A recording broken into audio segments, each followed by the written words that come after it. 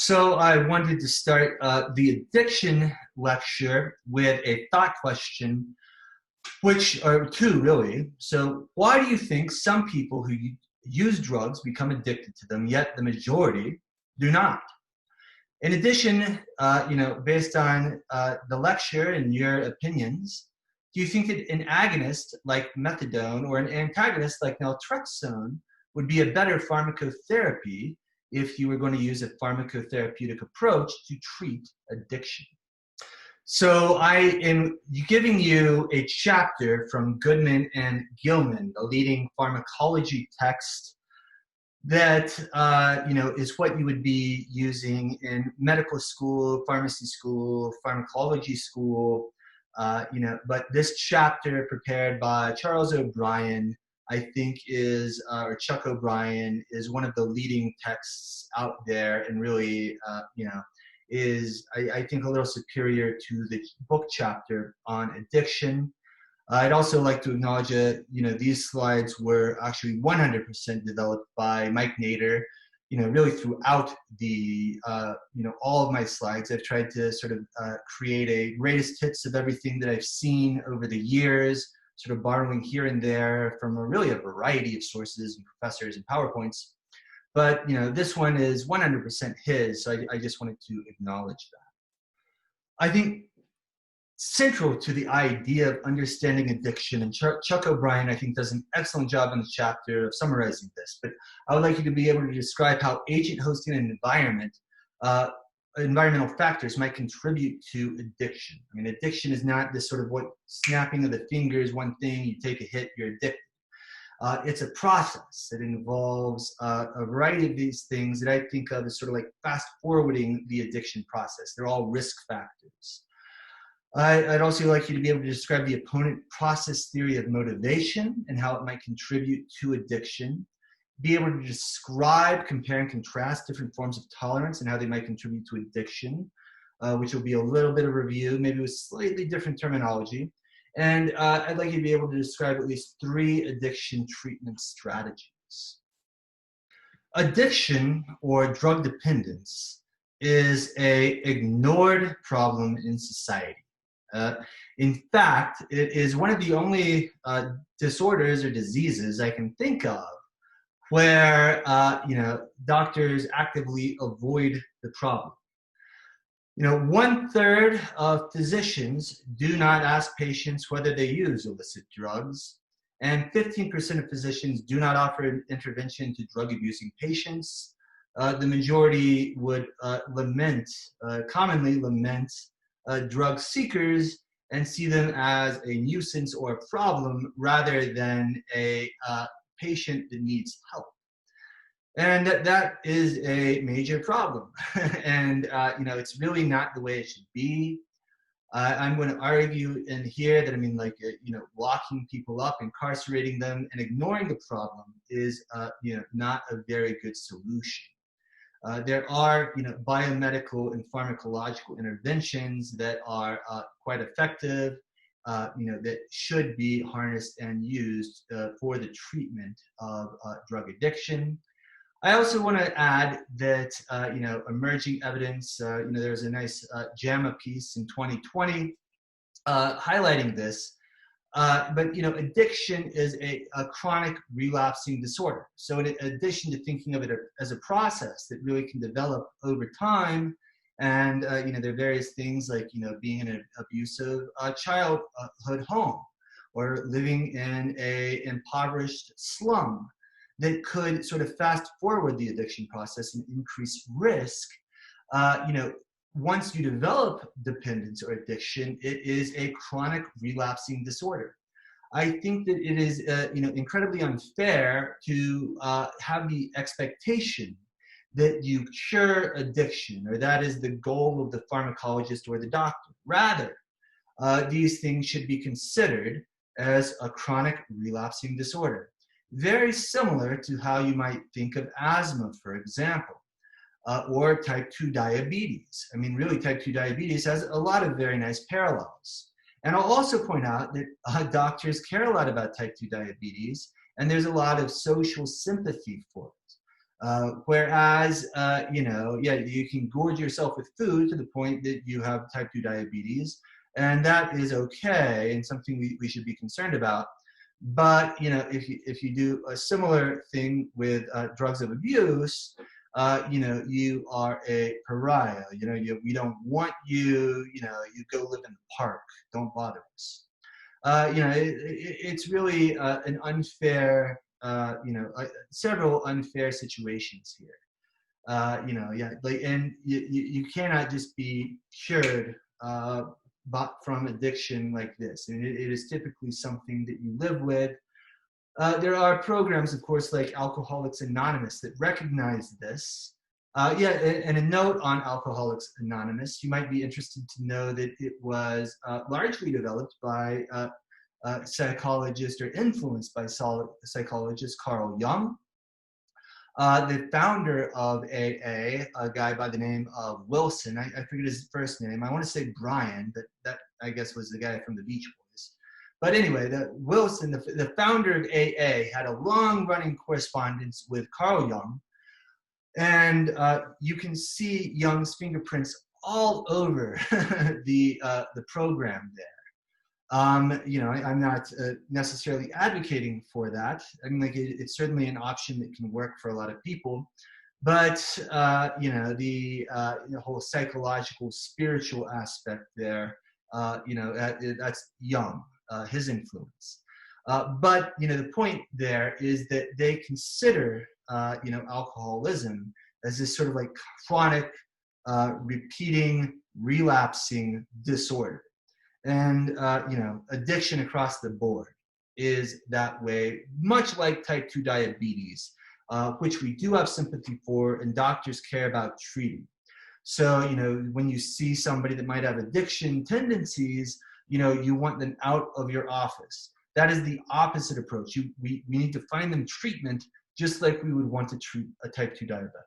So this is a nice snippet from a piece published in Johns Hopkins Medicine's Innovations newsletter, really in response to a long-standing policy first put into place in 1947, known as the Uniformed Accident and Sickness Policy Provision Law. But this law was conceived on the premise that drug and alcohol abuse are essentially irresponsible, involuntary behaviors, and therefore, it had the unintended consequence of discouraging treatment of addictive disorders. Many trauma and emergency room physicians do not even assess patients for drug and alcohol abuse, despite the fact that 40 to 60% of persons admitted to trauma centers had been heavily consuming alcohol or other psychoactive drugs at the time of injury. Treatment of the substance abuse or dependence is not a typical goal of the physician. It is a nuisance and something that they want basically to not have anything to do with.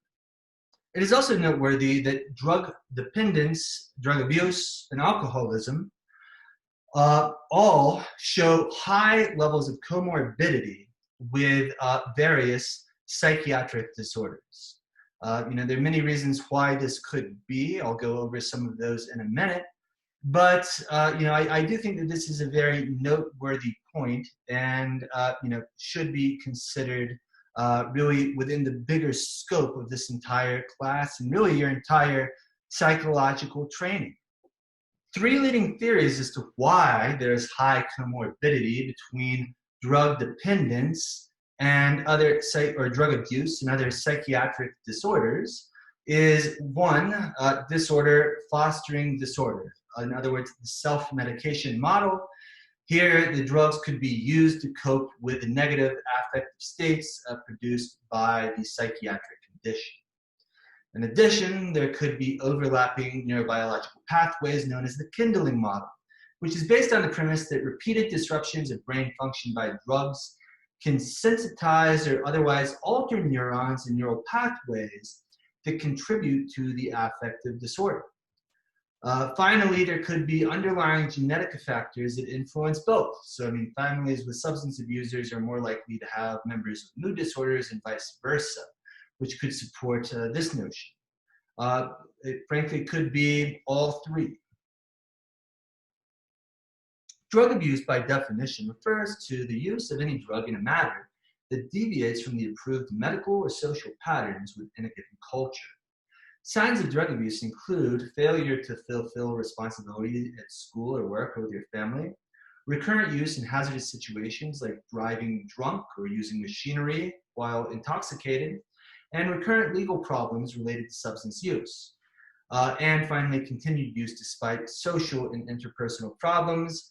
All of these factors have shaped the current DSM-5. Addiction, the term that I typically use, is used to convey more of a quantitative rather than qualitative sense of the degree to which drug use pervades the total activity of the user. Addiction indicates a severe degree of drug dependence that is an extreme on a quantitative continuum of involvement with drugs. Drug dependence is a syndrome in which the use of a drug is given a much higher priority than other behaviors that once had higher value. In its extreme form, drug dependence is associated with compulsive drug-using behavior, and it exhibits the characteristics of a chronic relapsing disorder.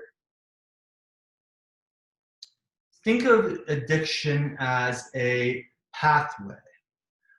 Nobody uses a drug once and becomes addicted to it. In fact, many people do not become addicted to drugs after using them. Even illicit ones and ones like heroin and cocaine.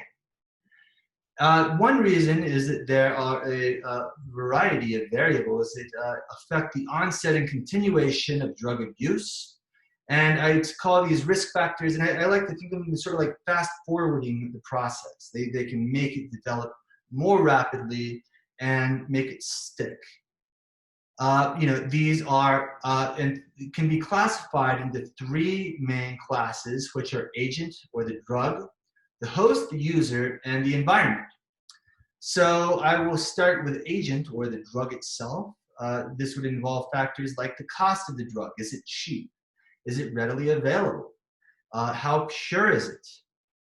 What route is it being used? If you're using the drug intravenously, it's more likely to fast forward the addiction process than if you were to say, for example, take oral morphine.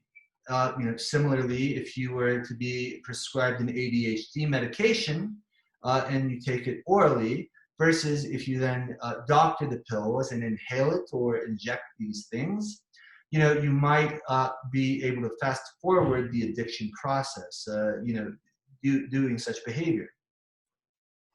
I think the speed of onset and the termination of the effect are critical variables there. Generally speaking, the faster the drug is on board, the greater the reinforcing strength or abuse liability it has. And one thing to think and keep in mind here is the role of the government in limiting access to the drug. So, I think cannabis is a good example here. And I think that would anybody argue that when Colorado legalized cannabis, the use rates went down? I don't think that you would. Now, you could make some arguments about adolescence, maybe some very transient periods of wanting to be a bad boy or whatever. But really across the board, I'm not buying. When you legalize a drug, when you make it readily available and cheap and affordable, use of the drug is going to go up, and that could fast forward the addiction process. That is one reason that I think the federal government actually has a leg to stand on for wanting to prohibit just blanket legalization of that and other drugs that could be abused. And cannabis can most certainly be abused, and there is a dependence syndrome associated with it. I will add that the withdrawal that you see from cannabis is somewhat mild versus opioids, but that is in part due to how fat soluble cannabis is. In my opinion, that is because cannabis binds to lipids throughout the body, and you still have positive drug tests for a couple of weeks after use. Thus, the thinking here is that you could actually have release into your blood residually over a couple of weeks of use, so it sort of comes built in with its own agonist therapy. if you actually inject a cannabis-dependent or an animal that's been treated with cannabinoids with an antagonist, you can elicit what's known as precipitated withdrawal that looks a lot more like opioid withdrawal. There is also a spontaneous cannabinoid withdrawal. It's just more subtle, associated with sleep disturbances and irritability. But you can precipitate it if you challenge the sort of the time release system that's built in with the lipid binding, the depot binding of it. Another is host. There are genetic factors that contribute to addiction.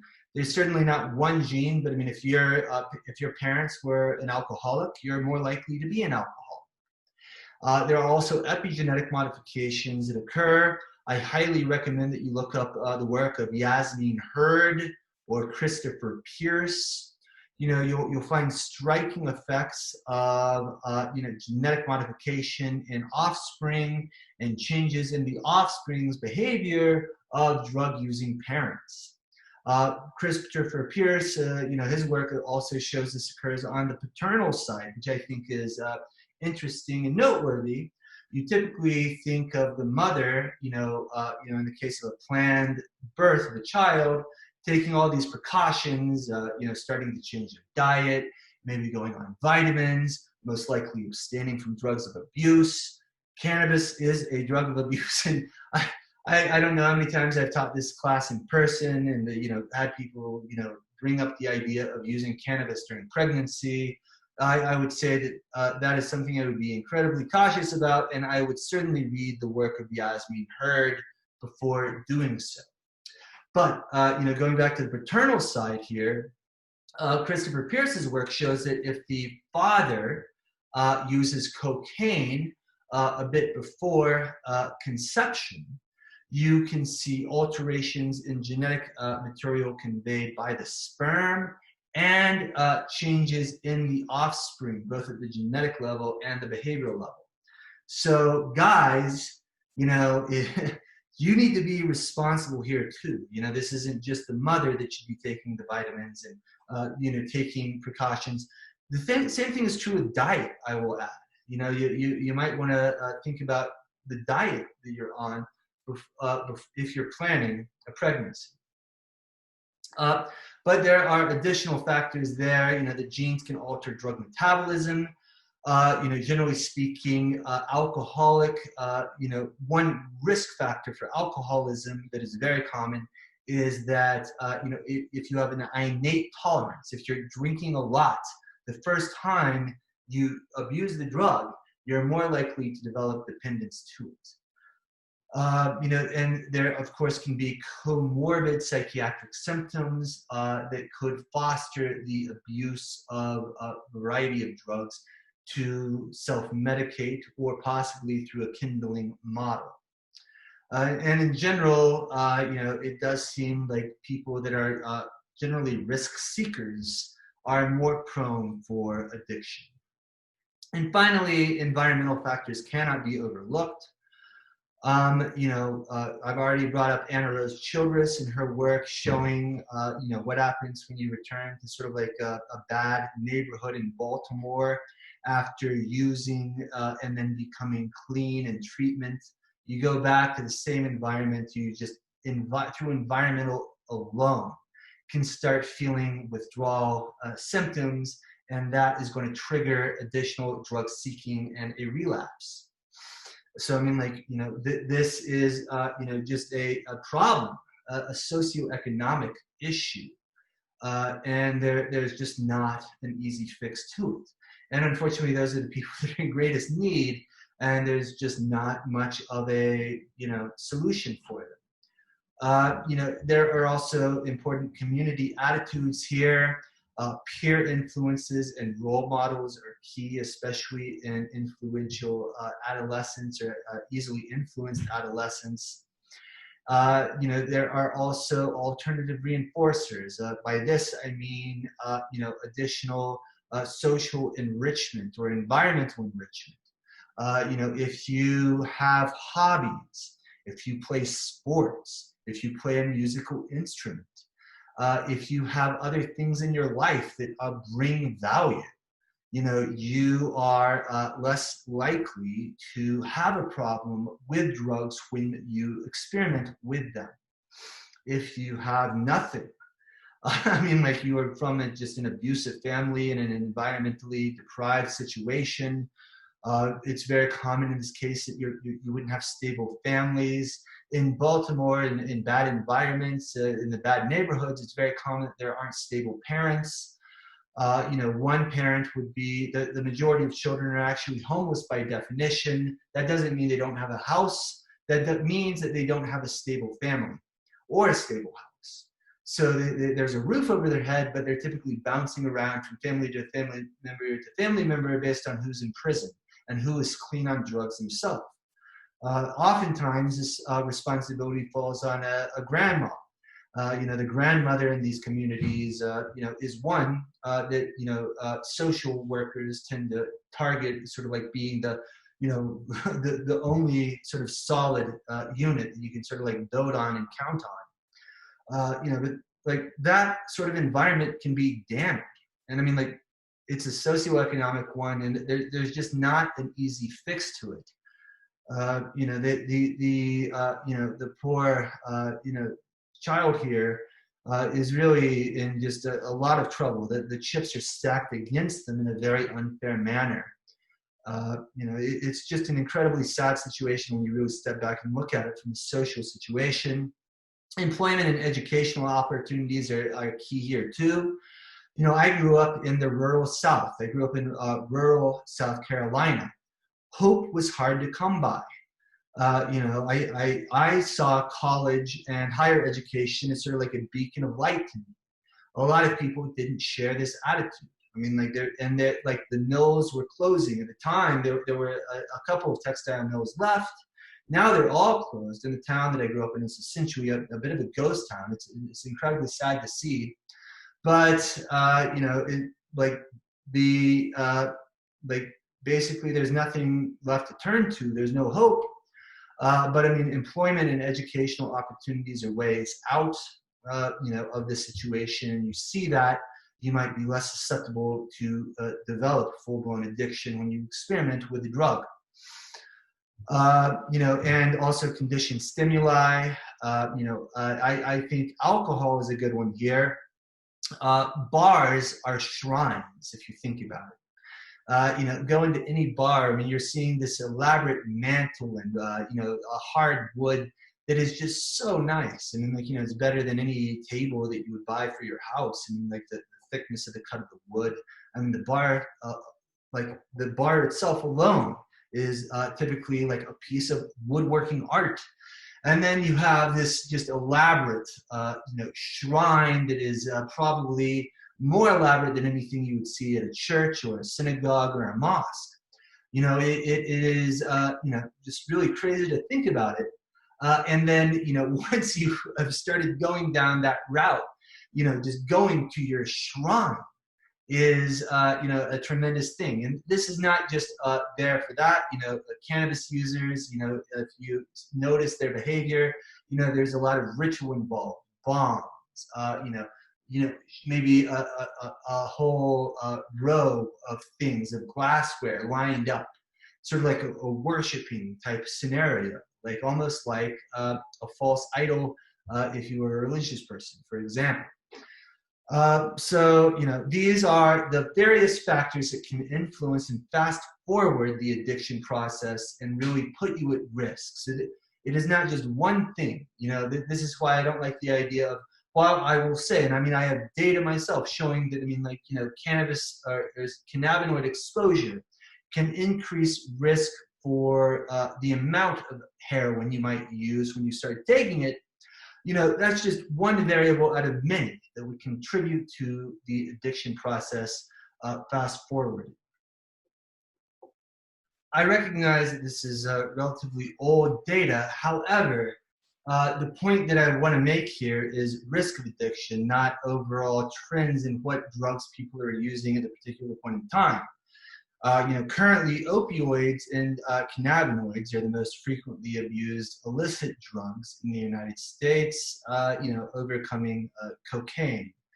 At the end of the 80s and 90s, or early 90s, cocaine was still very much in vogue. These things cycle back and forth. But I'm more interested in that third column, which doesn't really change so much. I mean, this is more related to the actual drug class. And that, I think, is what I'm most interested in. And you'll see a few things here. One is that tobacco and alcohol, have some of the greatest risks for addiction in our society.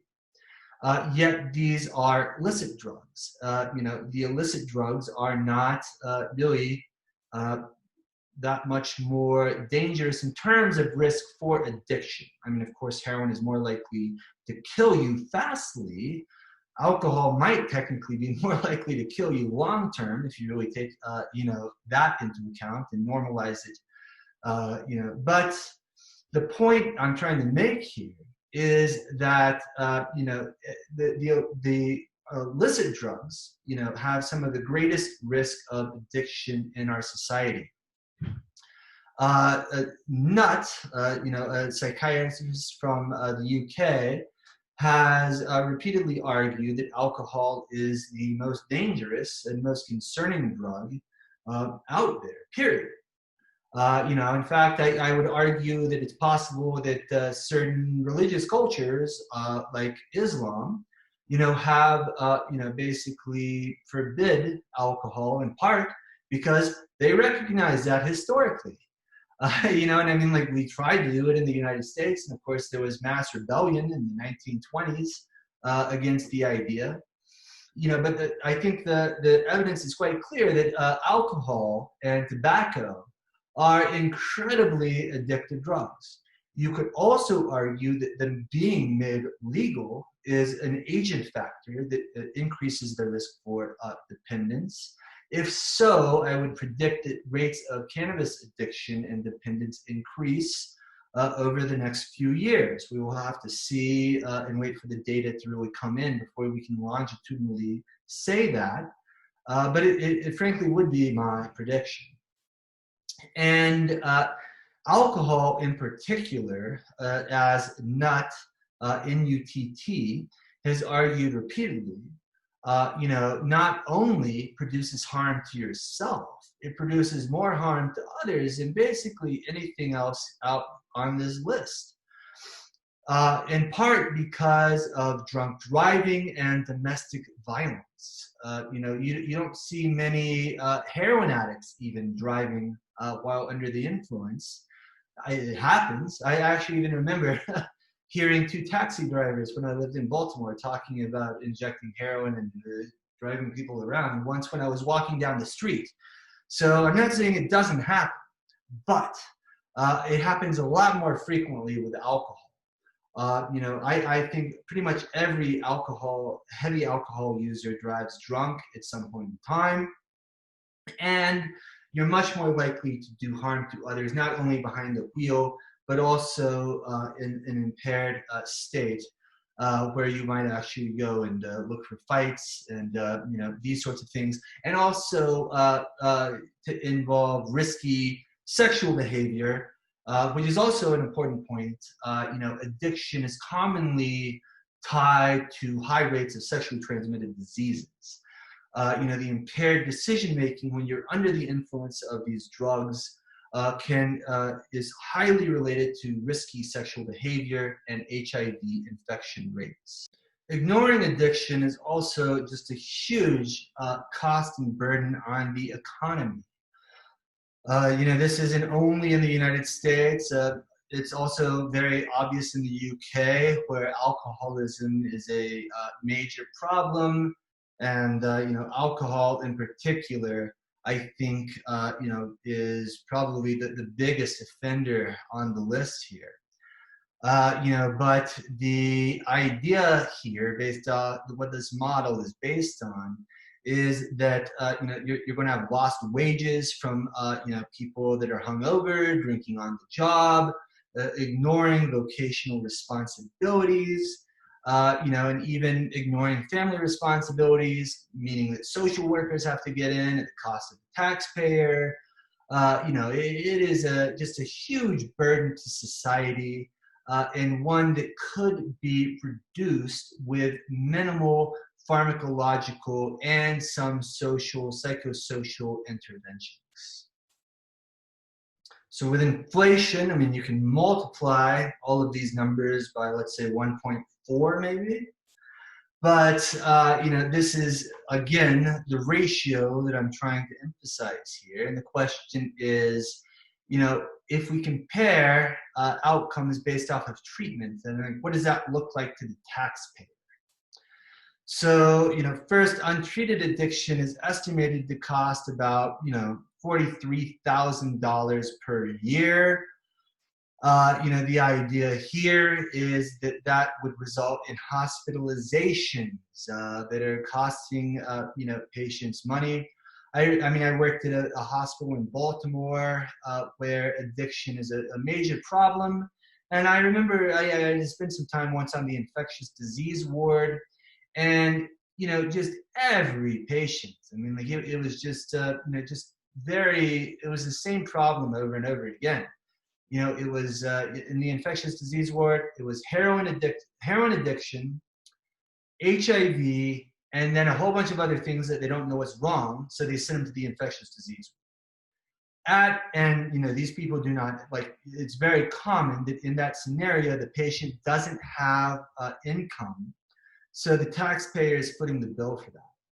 And that treatment is expensive. Inpatient hospitalization, being, given IV fluids to recover, IV antivirals, it's incredibly expensive.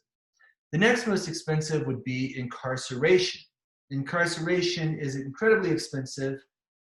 One thing to keep in mind is that you pay more to imprison one person than you make. I think that's almost certain for everybody that is listening to this right now. The sad reality is, even after you graduate, after working so hard on your degree, you're still probably going to have to pay more to imprison one person than you will make in a year.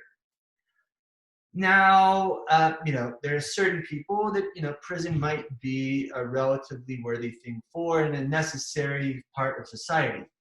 Is that a drug user? No. I see absolutely no benefit of imprisoning a drug abuser. And again, I see addiction very similar to type 2 diabetes. Let's just go there. What if we were to imprison everybody with type 2 diabetes? That's ridiculous. Why would you do that?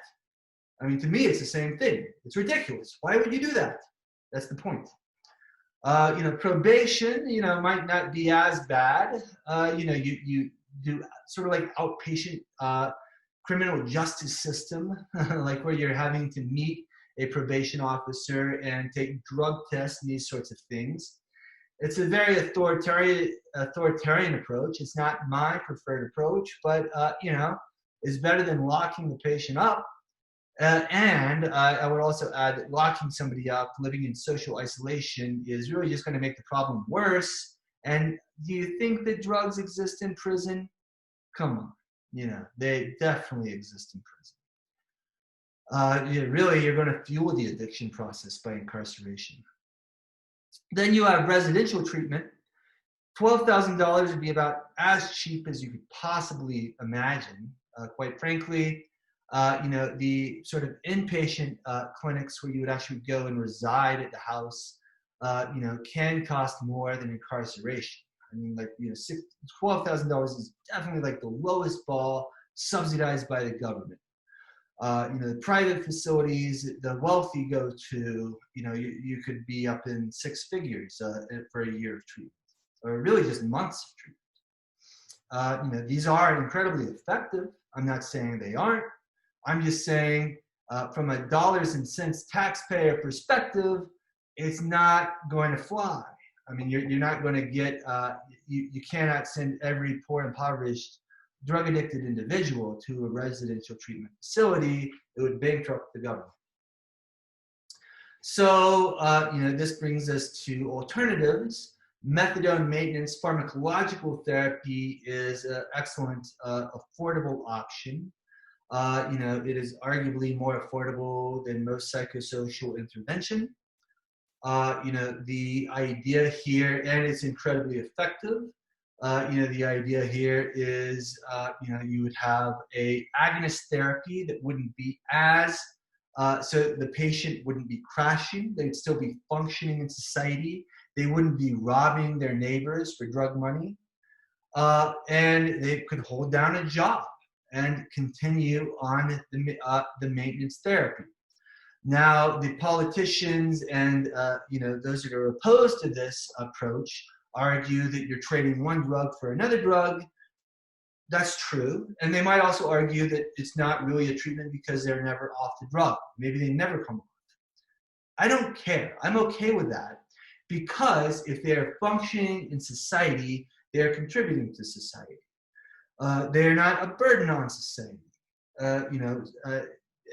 It's really a small cost. And again, it's a chronic relapsing disorder.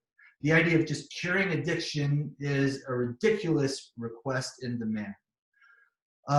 So that is one reason that several reasons that I'm an advocate of agonist therapies like methadone maintenance. Buprenorphine is a very common one now too, arguably more common than methadone. You also can have outpatient treatment, which can involve a combination of pharmacotherapy, but also psychological intervention. This could involve publicly funded social workers. I've lived in a variety of states now, and I can tell you the options are tremendously disparate between the states. In the Carolinas where I live, you're not going to find many options for social workers. But in Maryland, you might find addiction psychologists that are accessible and funded and subsidized by a state government. Occurring in an outpatient setting, this would be much cheaper than going to live in a residential facility, which could cost way over $12,000, quite frankly. But that's just going to vary state by state quite a bit. And there are new ideas out there. I think one of the most, one that I think is quite interesting is virtual options, whether it be telemedicine or video games. There are various forms of video games sort of based on cognitive behavioral therapy that are being advanced that are, free.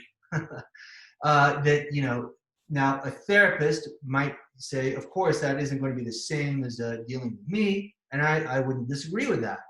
But again, I'm thinking about this from a financial and economic perspective and taxpayers. It is an incredibly hard sell in a place like the Carolinas to convince the general populace that you want to invest in taxpayer dollars for psychologists and social workers and addiction psychologists to treat the addiction because unfortunately they still view this as a voluntary thing, which is incredibly frustrating. But I cannot change their mind. I've tried. All I can do is accept reality and say that we need to find cheap, effective options. Video games, outpatient therapy, methadone maintenance. These are options that I think are palatable to taxpayers across the board.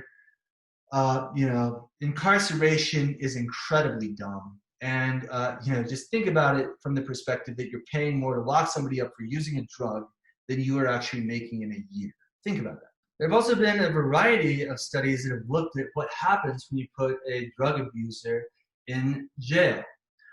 Within 3 years, around 70% are re-arrested, 50% re-convicted, and 50% re-incarcerated. Almost 100% have relapsed to drug abuse or addiction, most having quit in jail. In fact, there are a lot of bad drugs floating around there that probably facilitate and foster polydrug abuse, fostering the overall addiction phenomenon. It is a horrible idea that's wasting you tons of money, and it is making the problem worse. So now I wanted to talk a little about opponent process theory, which is really based on the opponent process theory of motivation, first put forth by psychologist Richard Solomon. He didn't really have addiction in mind, but it certainly fits and is a model that's been put forth and advanced by George Koob and other addiction experts. But Solomon described a variety of behaviors influenced influencing motivational drive or influenced by motivational drive. One that he used was skydiving. So for the first, and one idea here is that, for every reaction, there's an equal and opposite greater reaction. The idea here with skydiving is the first time you jump out of a plane, you might be super terrified and have very little excitement and exhilaration and positivity coming out of this.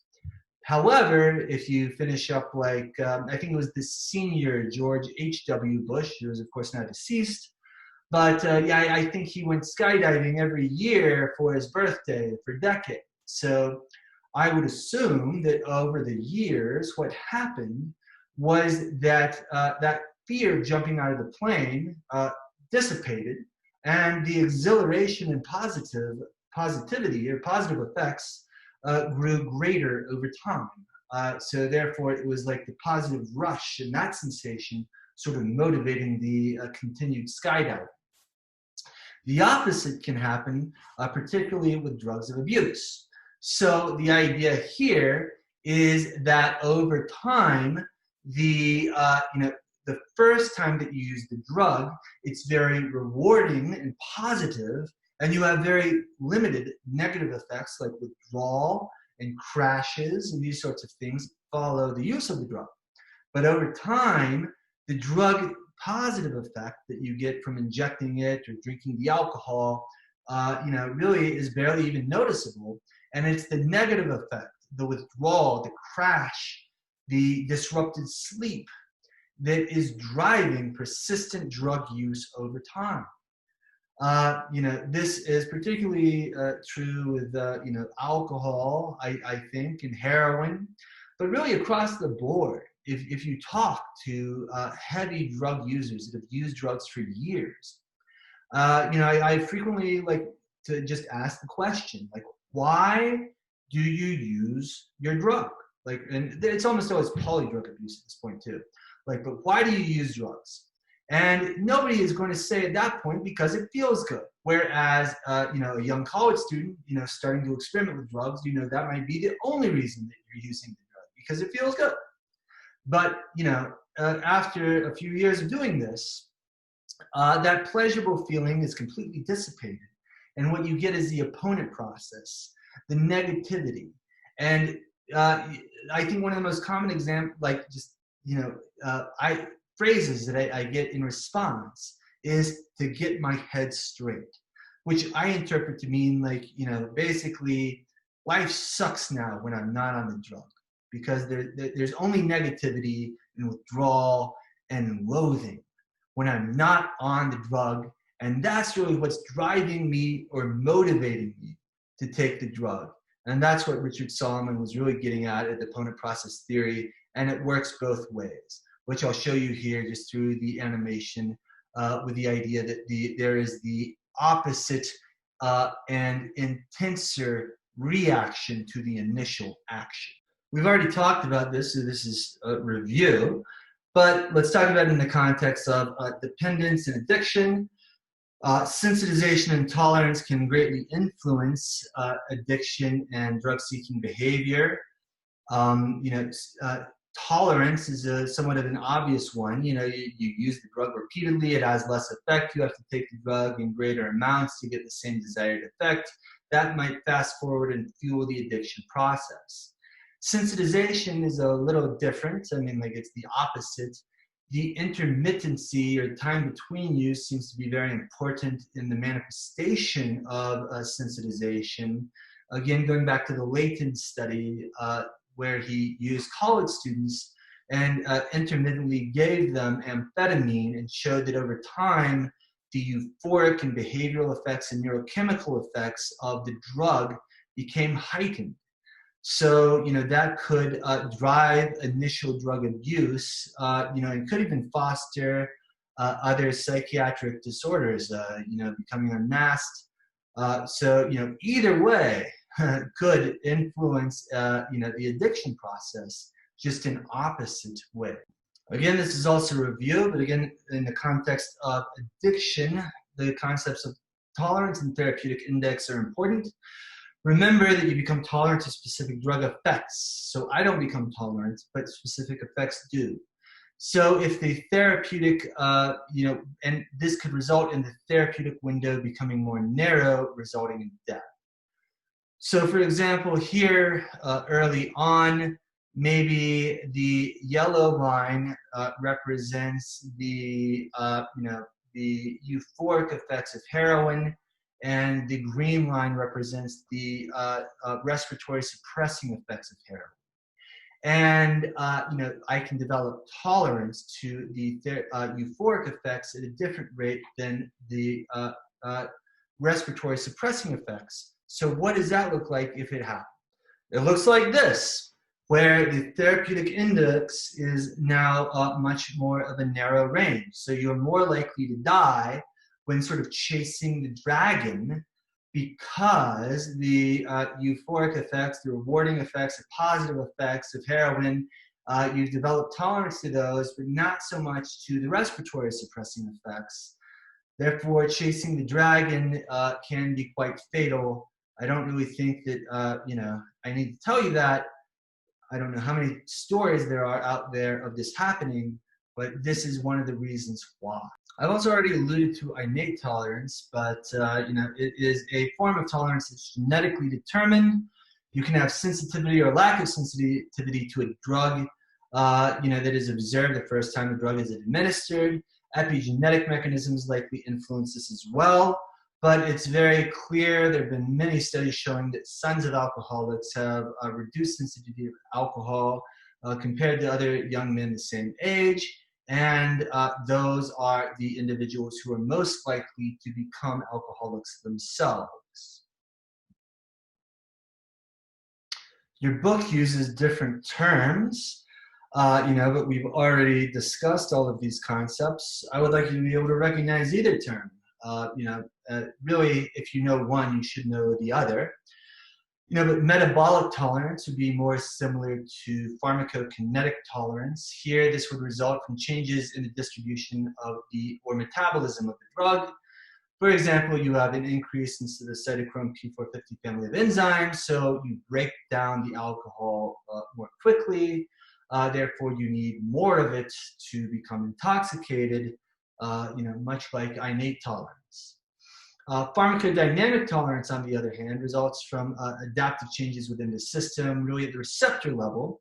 So you might see a decrease in mu opioid receptor expression, for example, following repeated heroin use, rendering the patient tolerant to some effect of heroin.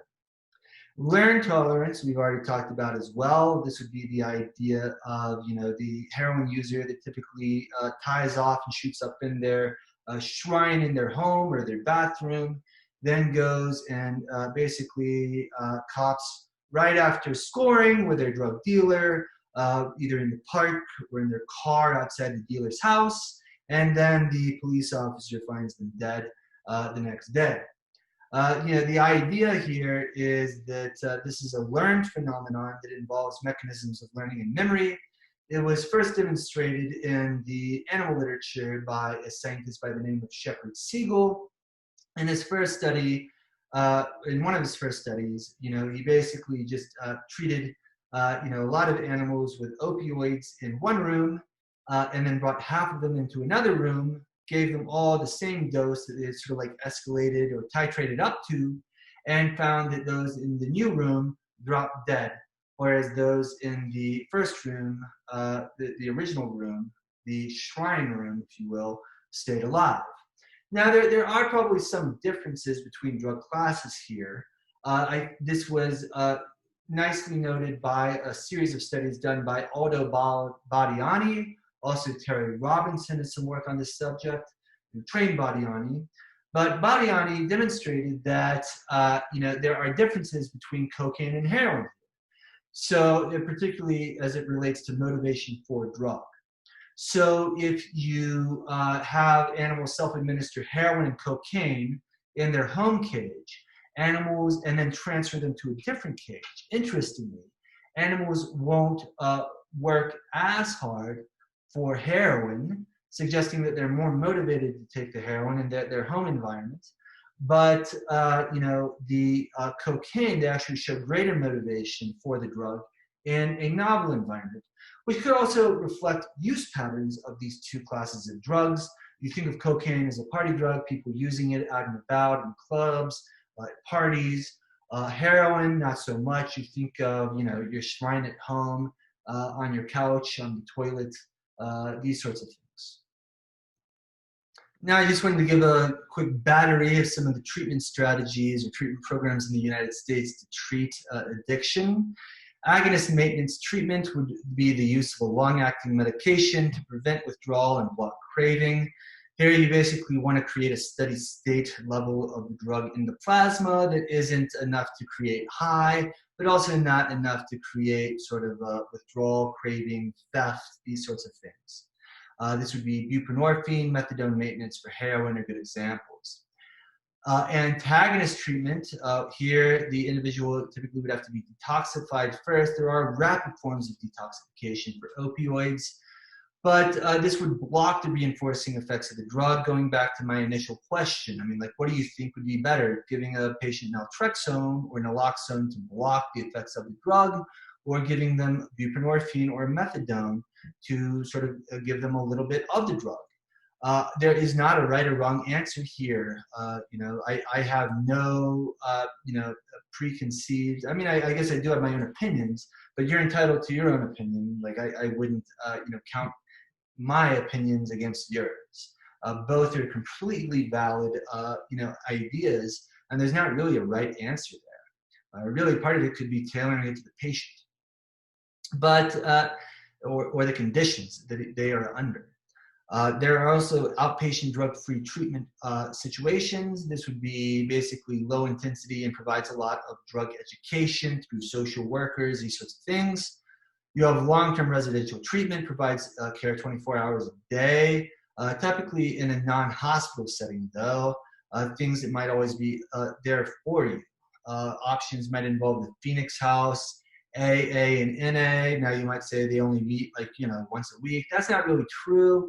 There are meetings really throughout the day in multiple locations and in the city, and there are also online and virtual options now. Most of these are operated by recovered drug abusers. I think that these are incredibly effective programs. I've already talked a little about how they, at least the AA and NA, have been influenced by psychologist Jung. They involve a lot of spiritual components. I mean, if you're into the psychosocial spiritual aspect, again, I still think of this as a lot of having to do with neurobiology and neuroscience. I don't think that those things really exist without the neuro side, but they are undoubtedly effective and affordable and cheap. Typically, they are basically funded by people just donating money, typically $1 at a time while seeking treatment. Short-term residential programs provide intensive but relatively brief, like 3 to 6 week residential treatment periods. These are going to get pretty expensive, depending on the setup, the situation, if you're actually residing in the treatment facility.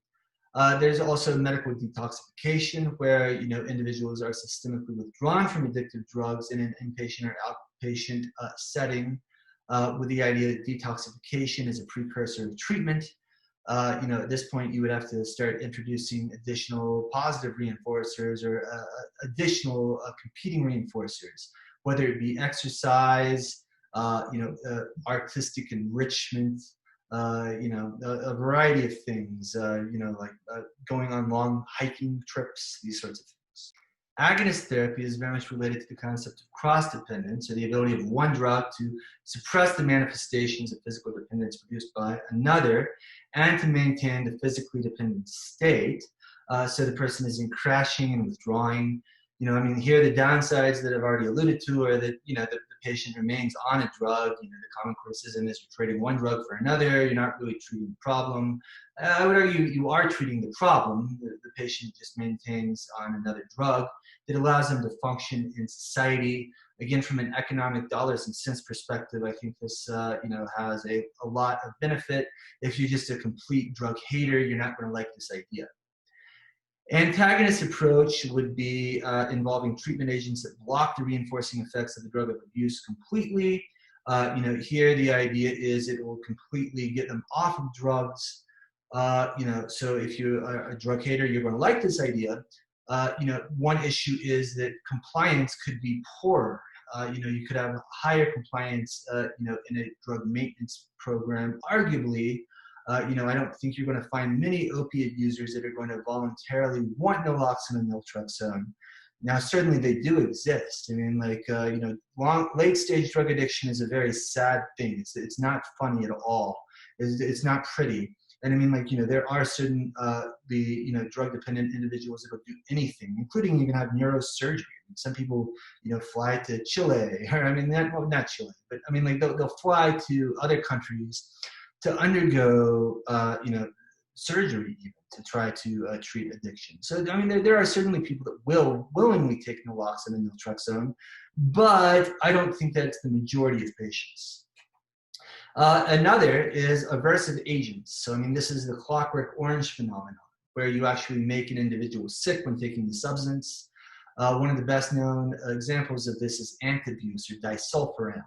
So here, when you take disulfiram, it creates a chemical reaction when alcohol is ingested that makes you very nauseous and sick to sort of punish the behavior. Finally, I realize some of you might find this statement controversial. I don't care. It's not controversial at all in my opinion or from my perspective. Addiction is a brain disease. By that, this is a great quote from Alan Leshner, who at one point was the head of the National Institute on Drug Addiction. Understanding addiction as a brain disease explains in part why historic policy strategies focusing solely on the social or criminal justice aspects of drug use and addiction have been unsuccessful, and they have been. They're missing at least half of the issue. If the brain is the core of the problem, attending to the brain needs to be a core part of the solution.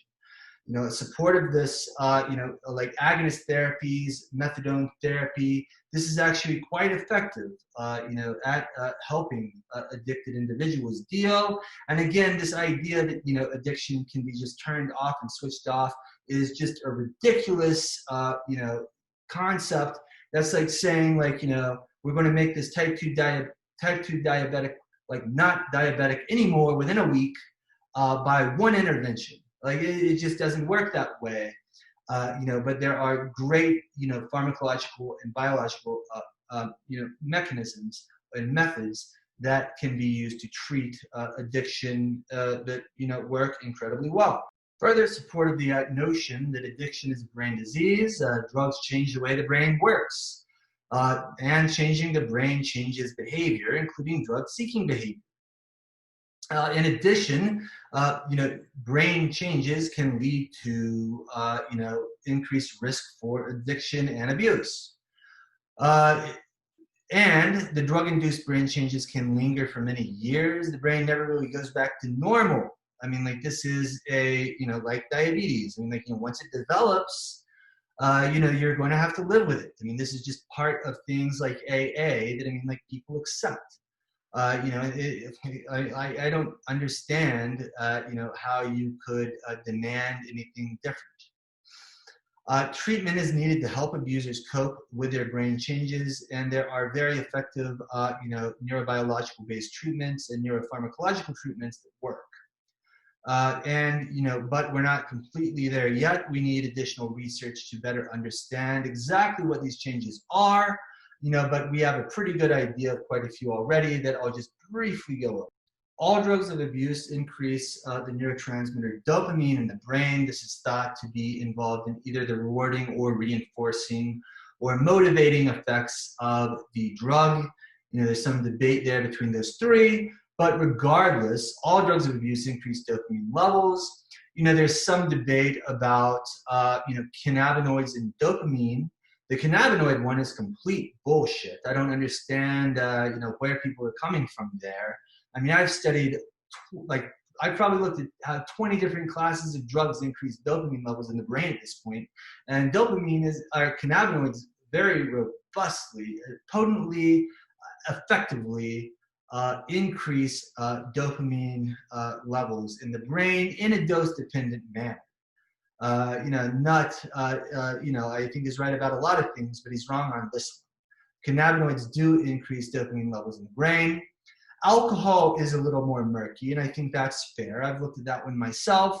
What I see is, it doesn't really increase the amplitude of individual release events, but it increases the frequency at which they are released. I see similar effects with benzodiazepines.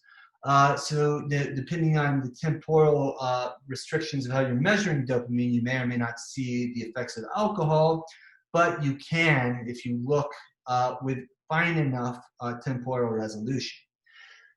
So the idea here is that dopamine would be involved in sort of the initial stages of drug addiction. Some have shown that this effect can become sensitized, especially with periods of intermittency. But I think the larger portion of the literature shows that chronic, repeated routine use produces tolerance to the dopamine releasing effects of the drug, which could lead to increased drug use, but it also might mean that dopamine is really more involved in the initial stage of addiction, and then other things come involved later. Many things throughout the brain are affected during long-term drug abuse and addiction. One that we've just talked about is the HPA axis. The HPA axis is altered during chronic drug abuse and drug withdrawal. Again, not exactly like Cushing's, but in the same vein, if your body is always under sort of this fight, flight attack, and you're sort of like failing to have negative feedback, that could certainly drive persistent drug-seeking behavior. In addition, there are long-term adaptations in both GABA and glutamatergic systems throughout the brain that could be more involved in long-term addiction, particularly as it's associated with learning and memory that would accompany habits. So, here you can almost see the cortical loops being formed that we've talked about previously in talking about the basal ganglia. And really what you're seeing here is the basal ganglia. So, basically you're reprogramming the cortical loops that drive your goal-directed and habitual behavior. And over time, those sort of drug-seeking habits begin to predominate over other things. And you begin seeking the drug rather than sex and food and things like this that you might be more interested in right now. But, over time, as you become addicted, like sex doesn't matter. You just want your heroin. Maybe sex is actually a means to get your hair. But, it certainly loses pleasure, and, it is not the primary drive. So essentially you're getting reprogrammed of your basal ganglia and your goal-directed and habitual behaviors.